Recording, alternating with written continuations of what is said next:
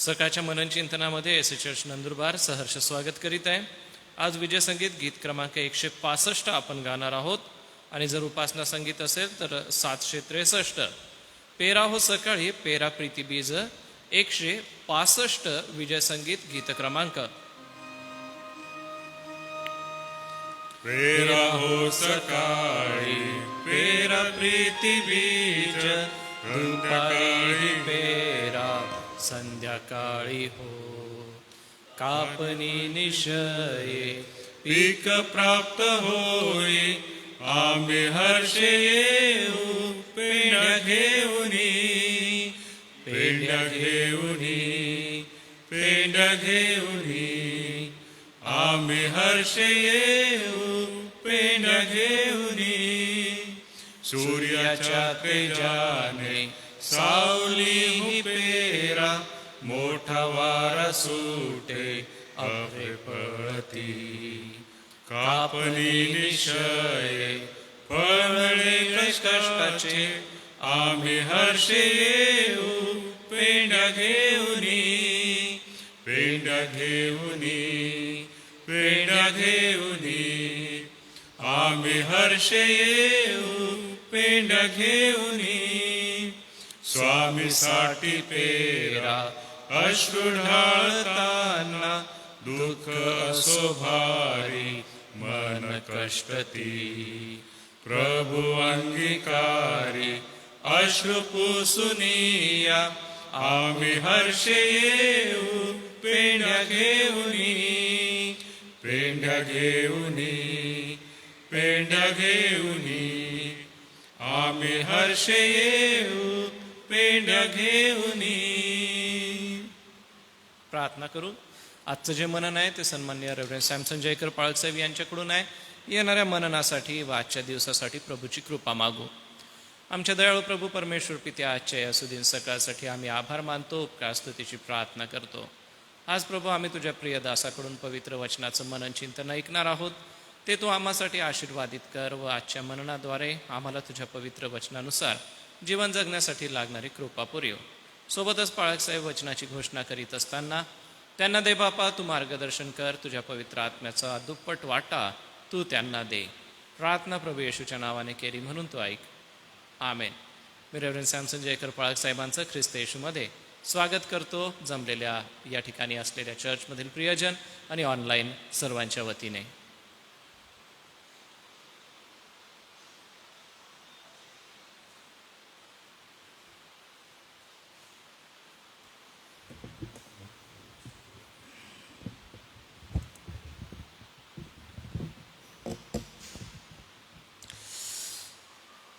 प्रभू ख्रिस्ताच्या पवित्र नावामध्ये आपणा सर्वांना आणि ऐकणाऱ्या ऑनलाईन सभेमध्ये सहभागी होणाऱ्या सर्व प्रभूच्या मंडळीला सलाम.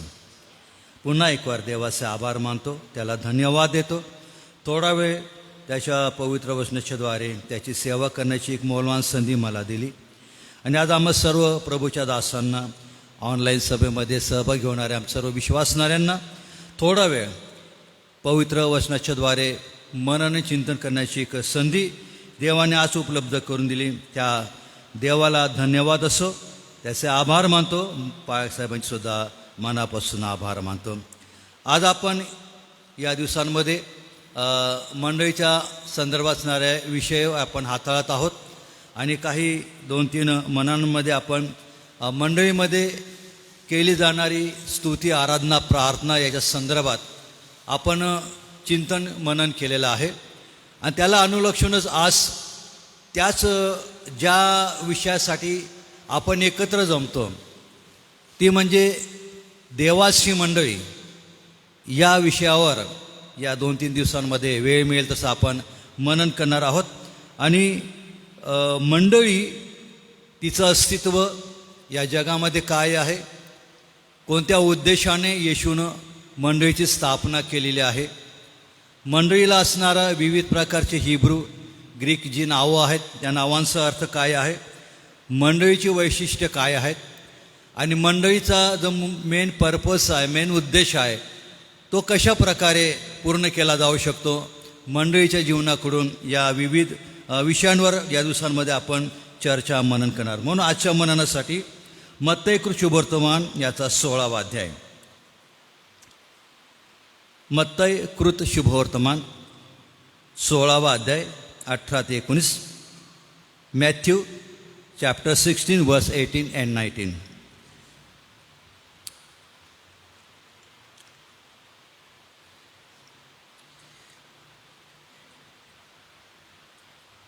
आणखी मी तुला सांगतो, तू पेत्र आहेस आणि या खडकावर मी आपली मंडळी रचीन व तिच्या पुढे अधोलोकांच्या द्वाराचे काहीच चालणार नाही. मी तुला स्वर्गाच्या राज्याच्या किल्ल्या देईन आणि पृथ्वीवर जे काही तू बांधशील ते स्वर्गात बांधले जाईल व पृथ्वीवर जे काही तू मोकळे करशील ते स्वर्गात मोकळे केले जाईल. देवबाप या वचनाच्या द्वारे आमचं सहाय्य करू, आम्हा सर्वांसाठी आशीर्वादित करू. लहानशी प्रार्थना करू. सर्वशक्तिमान परमेश्वर देवबापा, आभार मानतो, तुला धन्यवाद देतो. आजच्या या सुंदर प्रसंगाबद्दल तुला धन्यवाद देतो. गेल्या संपूर्ण रात्रभर तू आम्हा सर्वांना सांभाळस. दयेने कृपेने एक नवीन दिवस तो आमच्या आयुष्याला जोडला आणि तुझी सेवा करण्यासाठी तू आज आम्हा प्रत्येकाला संधी दिली, याबद्दल मनापासून आभार मानतो. पुन्हा एकवार मी तुझे आभार मानतो. मलाही देवबापा तू संधी दिली, मज पाप्यावर दया कर, लागणारी कृपा तू दे. तुझं पवित्र वचन सांगत असताना माझ्या मुखाच्या वाणीचा द्वार तू हो. आणि देवबापा माझे विचार, माझी भावना, माझं संपूर्ण मन आणि अंतःकरण तो आपल्या पवित्र हातामध्ये घे. आणि तुझं वचन आम्ही समजून घेत असताना या कठीण काळामध्ये पुन्हा एकवार मंडळीचा अर्थ आम्ही समजून घेत असताना ऐकणाऱ्या आमच्या सर्व श्रोतेजनांना, तुझ्या प्रत्येक विश्वासणाऱ्यांना, ऑनलाईन सभेमध्ये सहभागी होणाऱ्या आमच्या सर्व विश्वासणाऱ्या मंडळीला आणि आम्हा सर्वांना आज एक नवीन आत्मिक आशीर्वाद तो दे आणि आमच्या एकत्र येण्याच्याद्वारे प्रभू तुझं गौरव हो दे. पुन्हा एकवार तुझ्या दयेबद्दल आभार मानत मी स्वतःला तुझ्या पवित्र हातामध्ये समर्पित होतो. माझा स्वीकार कर आणि प्रभू आजचं वचन आशीर्वादित कर. येशूच्या नावाने प्रार्थना केली म्हणून तो ऐक. आमेन. प्रभू ख्रिस्ताने पेत्राला आपल्या मंडळी स्थापनेचं अभिवचन या वचनांमध्ये दिलेलं आहे. आणि मंडळीचा जो मुख्य अर्थ जो आहे तो येशू ख्रिस्ताच्या पुनरुत्थानानंतर मंडळी जेव्हा अस्तित्वात आली, त्या अस्तित्वात आल्यानंतर मंडळीच्या जीवनामध्ये येशू ख्रिस्ताचं हे जे काही भविष्यवचन आहे ते पूर्ण होताना आम्हाला पाहायला मिळत आहे. कारण या वचनानुसार जर आम्ही बारकाईने अभ्यास केला तर मंडळीचा जो अर्थ जो आहे, आता नवीन करारामध्ये येशू ख्रिस्ताचं वधस्तंभावरील मरण आणि पुनरुत्थान याच्या दरम्यान मंडळी होती.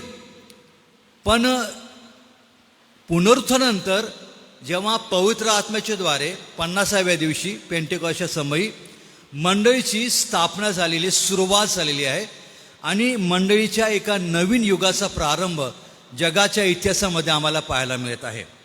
आणि म्हणून सुवार्तेच्या द्वारे मंडळी म्हणजे काय, तर सुवार्तेच्या द्वारे अस्तित्वात आलेल्या प्रभू ख्रिस्तावर विश्वास ठेवून आपल्या पापांबद्दल पश्चाताप करून त्याला आपला उद्धारक तारणारा म्हणून स्वीकारलेल्या विश्वासणाऱ्यांचा समूह किंवा लोकांचा गट आणि त्यानुसार जीवन जगणारे जगातील लोक यांना मंडळी हा शब्द वापरण्यात आलेला आहे. जगामध्ये आम्ही पाहतो की मंडळीचे 2 प्रकार आहेत. पहिला प्रकार जो आहे तो स्थानिक पातळीवर आहे, स्थानिक लेवलवर. जगिक जसं नंदुरबारचा आम्ही विचार करतो किंवा प्रत्येक शहराचा, तर आम्ही ती नंदुरबारची जी प्रभूची मंडळी आहे, नंदुरबार जिल्हा. दुसरा जो प्रकार आहे तो युनिव्हर्सल आहे किंवा जागतिक मंडळी याला म्हटलेलं आहे. आणि मंडळीची वाढ किंवा रचना पवित्र शास्त्रानुसार 2 प्रकार होत असते. पहिला प्रकार जो आहे संख्येने होणारी मंडळीची वाढ आहे. ज्या ज्या वेळेला सुवार्ता प्रसार केला जातो, लोक सुवार्तेला प्रतिसाद देतात हजारो लोकांपैकी काही लोक सुवार्थेचा स्वीकार करतात, विश्वास ठेवतात आणि त्यावेळेला जितक्या लोकांनी येशूमध्ये बाप्तिस्मा घेतलेला आहे किंवा घेत असतात त्या संख्येनुसार मंडळीची वाढ होत असते, म्हणून तिला संख्येने होणारी वाढ असं म्हटलेलं आहे. उदाहरणार्थ पेंटेकॉस्टच्या दिवशी आम्ही पाहतो पवित्र आत्म्याचं आगमन झालेलं आहे आणि पेत्राने जेव्हा हजारो लोकांना जवळपास यरुशलेममध्ये 16 ते 17 देशापेक्षा जास्त यहुदी धार्मिक लोक जमलेले असताना वलांडण सणासाठी पेत्राने पवित्र आत्म्याच्या द्वारे जेव्हा सुवार्ता कार्य केलं, प्रचार केला, तेव्हा त्या हजारो लोकांना देवाचं वचन कळवण्यात आलं. सुवार्ता सर्वांनी ऐकले, परंतु काही जणांना अंतकरणाला चुटपुट लागली. त्यांनी येशूमध्ये बाप्तिस्मा घेतला आणि जवळपास 3000 लोकांनी येशूमध्ये बाप्तिस्मा घेतला आणि या प्रकारे संख्येने होणारी वाढ मंडळीमध्ये आजही आम्हाला पाहायला मिळत आहे. ज्यांना ज्यांना येशू मिळाला, जे सुवार्थेवर भक्कम विश्वास ठेवतात, आपल्या पापांबद्दल ज्यांची क्षमा मिळालेली आहे, त्यांना तारणाचा अनुभव आलेला आहे, अशा वेळेला ते निर्णय जाहीर करतात.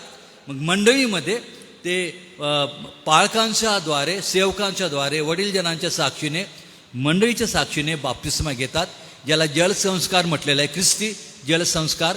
आणि त्यानंतर जेव्हा त्यांना मंडळीमध्ये हात देऊन समाविष्ट करण्यात येतं, त्या प्रकारे जितके लोकांनी, महिला असो, पुरुष असो, तरुण असो, तरुण असो, त्यांच्या संख्येने होणारी वाढ मंडळीमध्ये आम्हाला पाहायला मिळते. आणि दुसरी जी वाढ आहे ती अदृश्य वाढ असं म्हटलेलं आहे, आध्यात्मिक वाढ असं म्हटलेलं आहे, स्पिरिच्युअल ग्रोथ असं म्हटलेलं आहे तिला. ती जगाला दिसत नाही, ती मनुष्याला दिसत नाही, पण ती फक्त परमेश्वर, देव जो बाप, देव जो पुत्र, देव जो पवित्र आत्मा यांना माहिती आहे. आणि जो विश्वासणारा खऱ्या अर्थाने आत्मिक जीवनामध्ये वाढत जात आहे त्यालाच ती माहिती आहे. आणि म्हणून हे दोन महत्त्वाचे प्रकार मंडळीमध्ये या रचना होत असतात. एक सांख्यिक वाढ आहे आणि एक अदृश्य वाढ ज्याला म्हटलेलं आहे किंवा आध्यात्मिक वाढ असं म्हटलेलं आहे.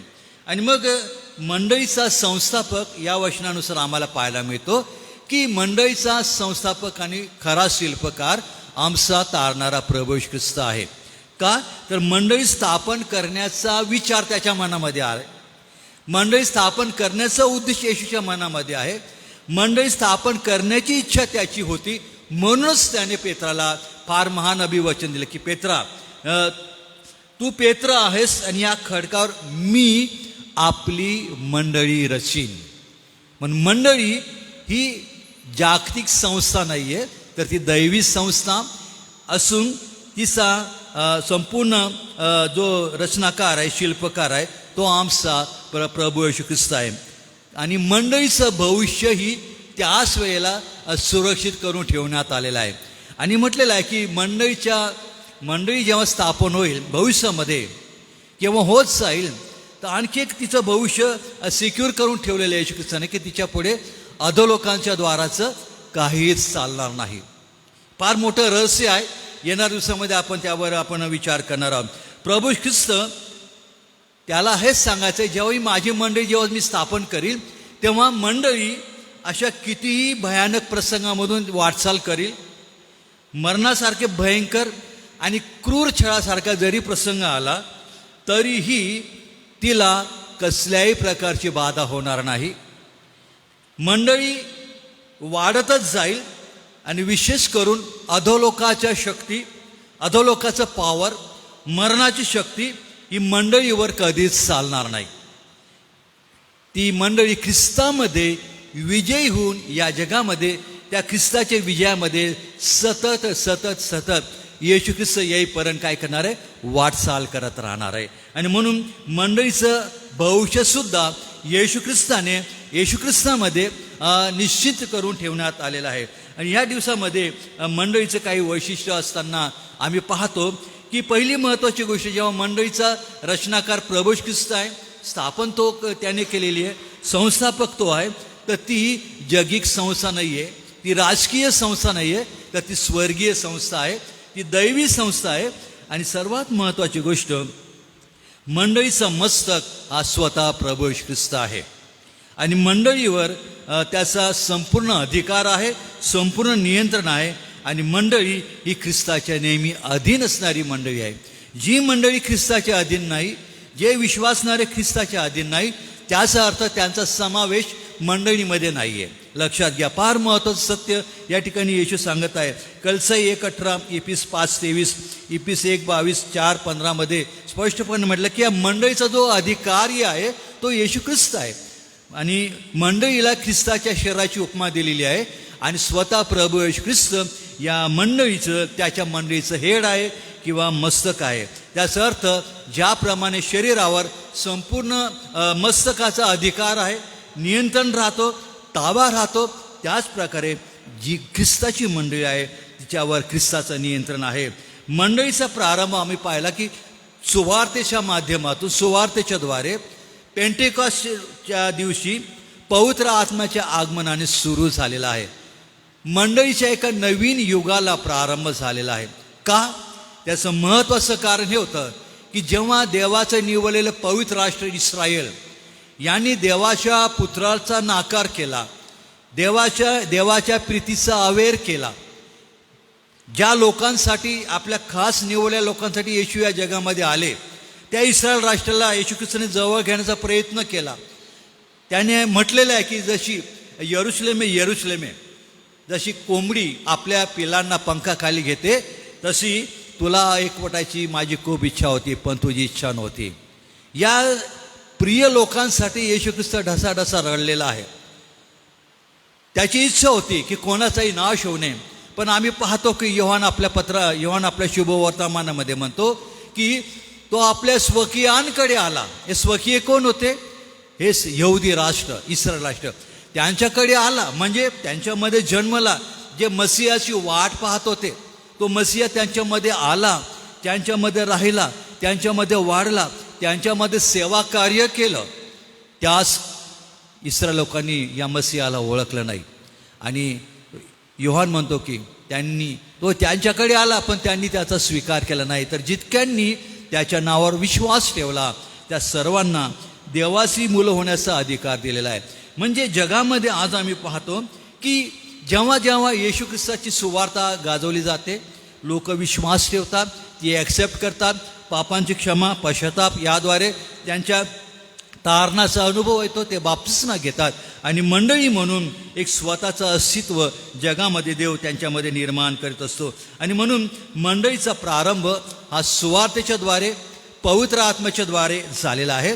आणि आज मंडळीच्या नवीन युगाबरोबर पवित्र आत्म्याचं युग पण सुरू झालेलं आहे. कारण मंडळीला चालविण्यासाठी, मंडळीला सर्व प्रकारे मार्गदर्शन करण्यासाठी, मंडळीला सर्व प्रकारे पुढे घेऊन जाण्यासाठी ख्रिस्तामध्ये येशू ख्रिस्ताने एक अभिवचन पण दिलं होतं. मी जातो पण तो कैवारी मी तुम्हाला पाठवून देईन, तो येईल तेव्हा तुम्हाला सर्व प्रकारच्या सत्यामध्ये तुम्हाला पुढे घेऊन जाईल. आणि आम्ही पाहतो की येशू ख्रिस्ताचं स्वर्गारोहण झाल्यानंतर 40 दिवसानंतर 50व्या दिवशी आम्ही पाहतो की पवित्र आत्म्याचं आगमन झालेलं आहे. एक नवीन युग, एक नवीन प्रारंभ आम्हाला पाहायला मिळतो. आणि आम्ही देवाचे आभार मानतो की आज आम्ही या नवीन युगामध्ये आम्ही आलेलो असताना पवित्र आत्मा आज मंडळीचा प्रमुख मार्गदर्शक, वाटाड्या आणि तो मंडळीला चालविणारा प्रमुख त्रेकात्मधील एक दैवी व्यक्ती आहे. आणखी एक महत्त्वाचं वैशिष्ट्य, मंडळी स्थापनेमागे येशूचा उद्देश काय होता की मंडळीला त्याने आपलं स्वतःचं रक्त देऊन, आपलं पवित्र बलिदान करून त्याने स्वरक्ताने विकत घेतलेलं आहे. इफिस 5:25 वैवाहिक जीवनावरून पौल मंडळीला उदाहरण देतो, म्हणतो ख्रिस्ताने मंडळीसाठी अर्पण केलेलं आहे. आणि प्रेषित 20:28 पौल वडीलजनांना म्हणतो की येशू ख्रिस्ताने मंडळीला आपल्या स्वरक्ताने विकत घेतलेलं आहे. आणि म्हणून प्रभू ख्रिस्त त्याच्या पवित्र रक्ताच्या द्वारे मंडळीला विकत घेण्यात आलेला आहे. जुन्या करारामध्ये मंडळी हा शब्द मर्यादित आहे. तो फक्त आणि फक्त एका राष्ट्रापुरताच, एका समाजापुरताच वापरण्यात आलेला आहे. तो म्हणजे यहुदी राष्ट्र किंवा इस्रायल राष्ट्र. परंतु आम्ही आताच पाहिलं की जेव्हा याच राष्ट्राने मसीहाला वधस्तंभावर केलं, मसीहाचा नाकार केला, तेव्हा देवाची योजना योहान 3:16 प्रमाणे संपूर्ण जगाकडे वळवण्यात आलेली आहे, परराष्ट्रीयांकडे वळवण्यात आलेली आहे.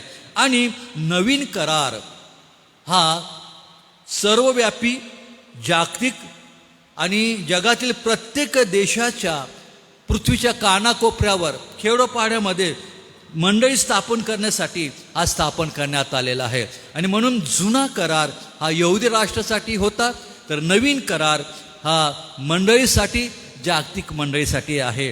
आणि म्हणून मंडळी ही फार महत्त्वाची आहे. आताची जी ख्रिस्ताची मंडळी आहे ती नव्या कराराची मंडळी आहे. का? आपण नेहमी विधी घेतो, प्रबोधन विधी घेतो, आणि येशू ख्रिस्ताने सुद्धा एक नवीन करार स्थापन केलेला आहे. या नवीन करार स्थापनेचं अभिवचन यिर्मया 31:33 देण्यात आलेलं होतं की येणाऱ्या दिवसामध्ये मी एक नवीन करार स्थापन करीन.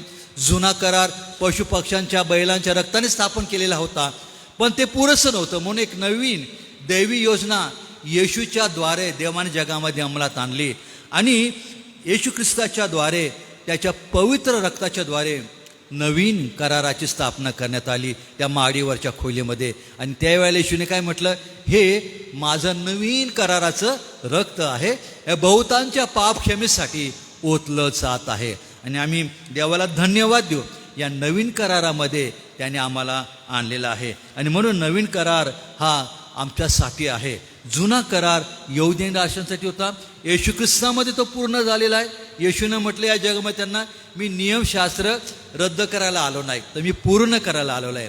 आणि जेव्हा वधस्तंभावर येशूने प्राण सोडला आणि म्हटलं की आता पूर्ण झालेलं आहे, नियमशास्त्र येशूने स्वतःमध्ये पूर्ण केलं आणि आमच्यासाठी नवीन कराराची त्यांनी स्थापना केलेली आहे. आणि म्हणून मंडळी हा जेव्हा जेव्हा शब्द येतो तेव्हा हा फरक आम्ही लक्षात घेतला पाहिजे की आता आम्ही नवीन कराराचे लोक झालेले आहोत. आम्हाला ज्या उद्देशाने येशूने नवीन कराराचे लोक होण्यासाठी निवडलेलं आहे, त्याचा प्रमुख उद्देश, त्याचा अर्थ जोपर्यंत ॲज अ ख्रिस्ती म्हणून, एक विश्वासणारा म्हणून मला समजत नाही, मी समजून घेणार नाही, तर माझ्या ख्रिस्ती जीवनामध्ये माझ्या स्वतःची मंडळीची आध्यात्मिक वाढ कधीच होणार नाही. आणि म्हणून मंडळी हा खूप महत्त्वाचा शब्द पवित्र शास्त्रामध्ये आहे, तो निग्लेक्ट करून कधीच चालणार नाही. आणि जेव्हा जेव्हा आपण स्तुती आराधनेसाठी मंडळीमध्ये येतो, जेव्हा आम्ही देवाला धन्यवाद देतो, त्याची स्तुती आराधना करतो, जमतो नमतो, त्याचा उद्देश एकच आहे की हे एक असं स्थान आहे, एक असं ठिकाण आहे की ज्या ठिकाणी मंडळीमध्ये लोक येऊन देवाची स्तुती आराधना आत्म्याने आणि खरेपणाने ते करतील. त्याच उद्देशाने मंडळीची स्थापना करण्यात आलेली आहे. अनेक प्रकारचे वैशिष्ट्य आहेत, अनेक उद्देश आहेत. आणि विशेष करून येणाऱ्या दिवसामध्ये आपण मंडळीची जी मूळ नावं आहेत आणि त्या नावाबद्दल आपण चर्चा करणार आहोत. चर्च हा शब्द लक्षात घ्या, चर्च हा शब्द पवित्र शास्त्रामध्ये नाही किंवा एखाद्या पक्क्या इमारतीसाठी वापरण्यात आलेला नाही. चर्च हा शब्द इंग्रजी असून तो मंडळी समूहासाठी वापरलेला आहे. त्याचा मूळ जो अर्थ आहे चर्च याचा की देवाच्या मालकीचा असा आहे. आणि चर्च हा शब्द ग्रीक जो शब्द आहे कुरियाकोस या शब्दावरून आलेला आहे. याच्यामध्ये 3 उपशब्द येतात. ते म्हणजे पहिला शब्द आहे कुरियाकोस, दुसरा शब्द आहे कुरियाकोन डोमा, तिसरा शब्द आहे कुरियाके ओइकिया. आणि या सर्वांचा एक अर्थ आहे मंडळी म्हणजे देवाच्या मालकीचे घर, देवाच्या स्तुती आराधनेचं घर, भक्तीचे घर. दुसरा एक शब्द याला जोडून आलेला आहे, ग्रीक शब्द आहे, त्याला म्हटलेलं आहे एक्लेसिया. एक्लेसिया म्हणजे मंडळी किंवा सभा, लक्षात घ्या. आणि म्हणून चर्च हा शब्द इमारतीसाठी किंवा मंडळीसाठी वापरण्यात आलेला नाही आहे, पवित्र शास्त्रामध्ये शब्द नाही आहे. आणि म्हणून येणाऱ्या दिवसामध्ये काही हिब्रू नावं आहेत, त्या नावाप्रमाणे मंडळीला कोणत्या प्रकारची उपमा दिलेल्या आहेत. आणि मग मंडळीच्या विविध प्रकारचे उपमा असताना त्याचा उद्देश काय हे आम्ही पाहण्याचा पूर्ण करू. म्हणून आज आम्ही या ठिकाणी थांबत असताना देवाला धन्यवाद देऊ, त्याची स्तुती करू की देवाच्या इच्छेमध्ये आम्ही होतो, देवाच्या योजनेमध्ये आम्ही होतो, देवाच्या ह्याच्यामध्ये मंडळीच्या ह्याच्या योजनेमध्ये त्याने आम्हाला आणलेलं आहे, ते फक्त येशू ख्रिस्ताच्या द्वारे. जर येशू ख्रिस्त नसता तर आज आमचं तारण झालं नसतं, मंडळी म्हणून आम्हाला अस्तित्व नसतं. म्हणून आम्ही देवाचा आभार मानू. मंडळी ही देवाची मंडळी आहे. आणि हे प्रभू तुझे आभार मानतो की तुझ्या मंडळीमध्ये एक लहानसा अंश म्हणून तू माझी स्थापना केलेली आहे. देवबाप या लहानच्या मननाच्या द्वारे आपण सर्वांना आशीर्वाद देव. थँक्यू व्हेरी मच मला.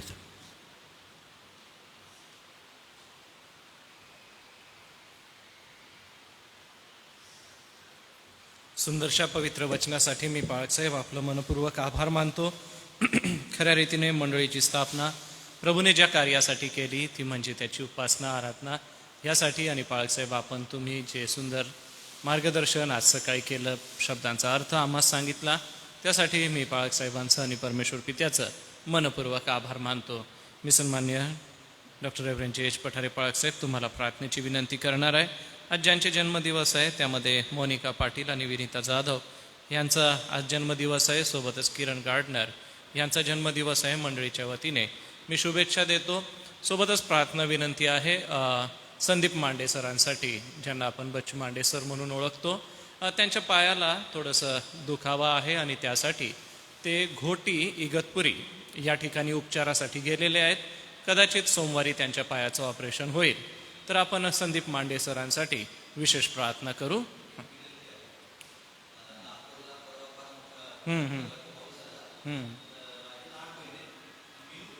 बरोबर. हो का? हां हां. बरं. हां हां.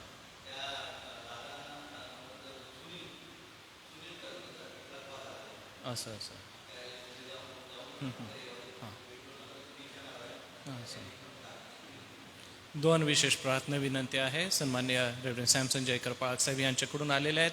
दोंडाईच्या या ठिकाणी सुनील करमरकर जे आहेत त्यांना लकव्याचा झटका आलेला आहे अर्धांग वायूमध्ये. परमेश्वर देवबाप त्यांना आरोग्य देव. सोबतच आपण समाचारमध्ये बघतच असाल की नागपूरला किती भयंकर पावसाचं थैमान आहे आणि पुराचं पाणी अनेकांच्या घरात घुसलेलं आहे. पाळकसाहेबांच्या दोनही बहिणी त्या ठिकाणी राहतात. मीनू यांच्यासाठी आणि मिल्का यांच्यासाठी आपण प्रार्थना करूया. प्रभुदेव बाप त्या परिवारांना आरोग्य देव, कृपापूर्व. पावसामध्ये त्यांचं संरक्षण करो. आणि नंदुरबार मंडळी त्यांच्यासाठी प्रार्थनेत आठवण करीत आहे. पाळकसाहेब पुढे येऊन प्रार्थना करतील.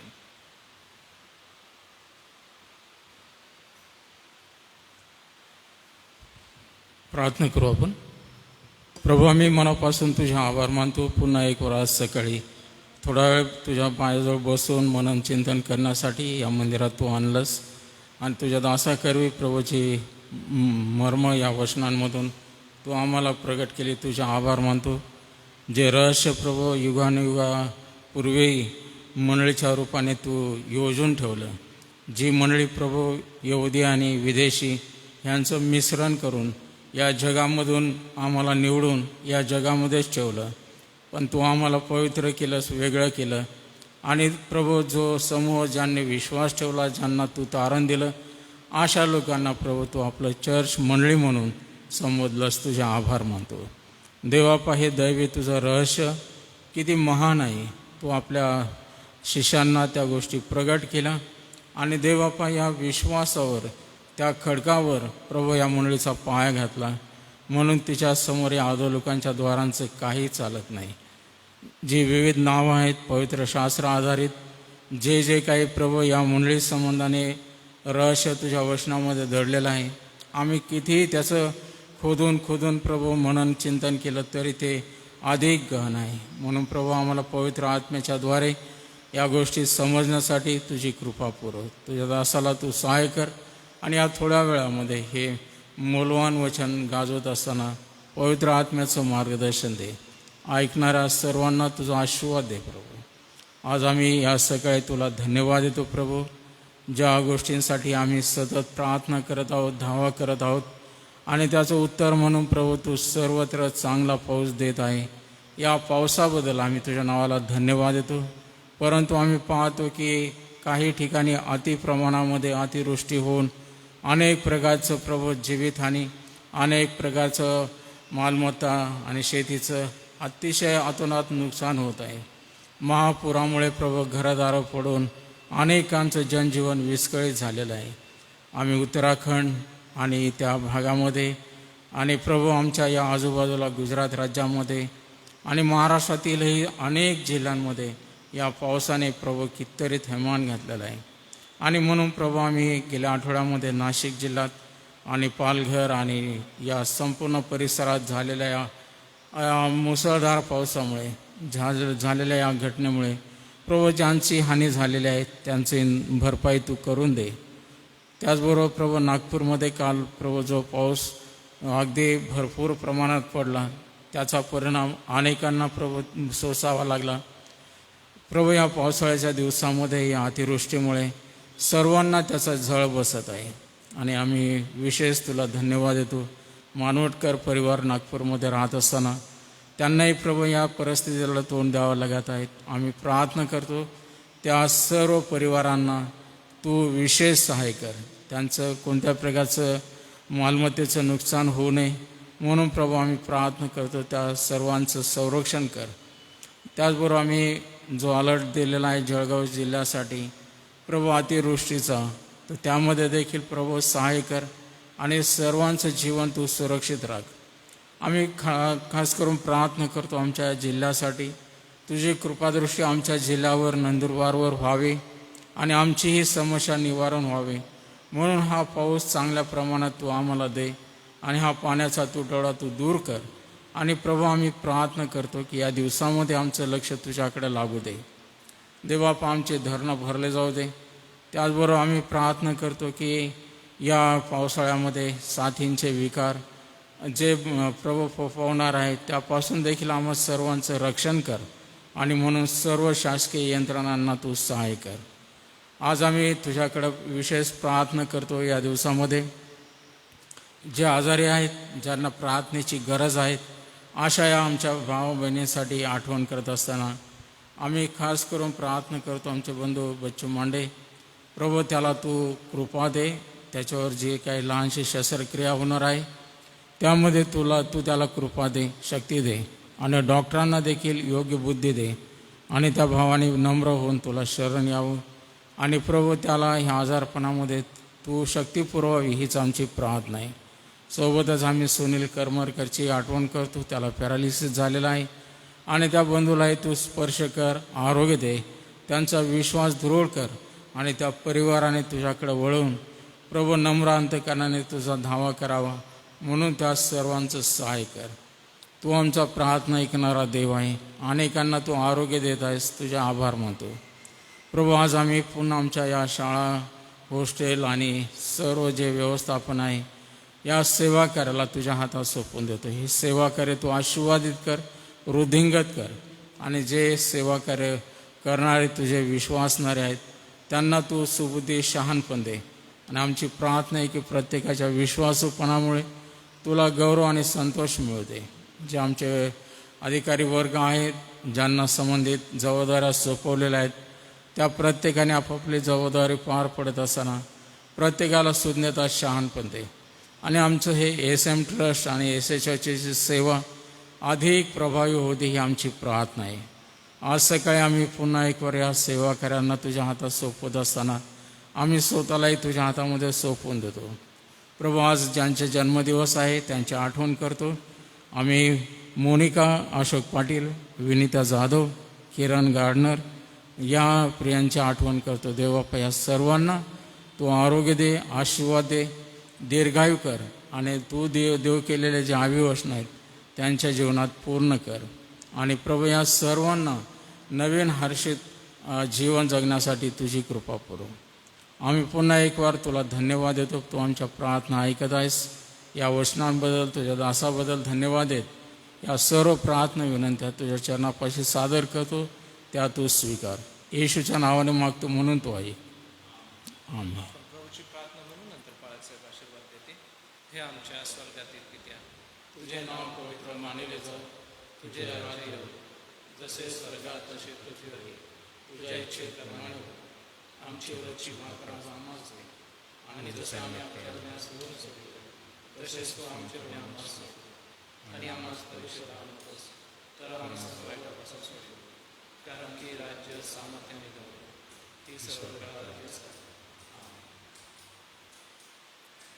आणि आता आपला तारणारा प्रभू येशू ख्रिस्त त्याची कृपा देवबापाची प्रीती आणि पवित्र आत्मेची गोड संगती या सर्व प्रार्थना योद्धांबरोबर, ऑनलाईन जोडलेल्या त्यांच्याबरोबर, आमच्या SM ट्रस्ट आणि SA चर्चच्या सेवाकऱ्याबरोबर, देवाची मंडळी आणि इस्रायल राष्ट्र याबरोबर, ज्यांचे जन्मदिवस आहे त्यांच्याबरोबर, आता आणि सदा सर्व काळ असो.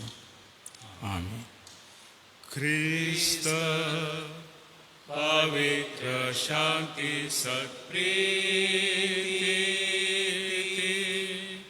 शोभा सौंदर्य माझी याची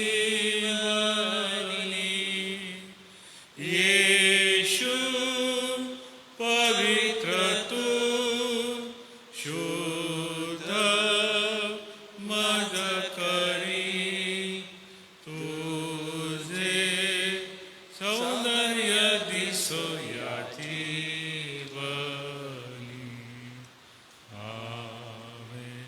उद्यासाठी सूचना. उद्याचं मनन रेव्हरंड विश्वास पाडवे साहेब यांच्याकडून असेल. सर्वांना सलाम.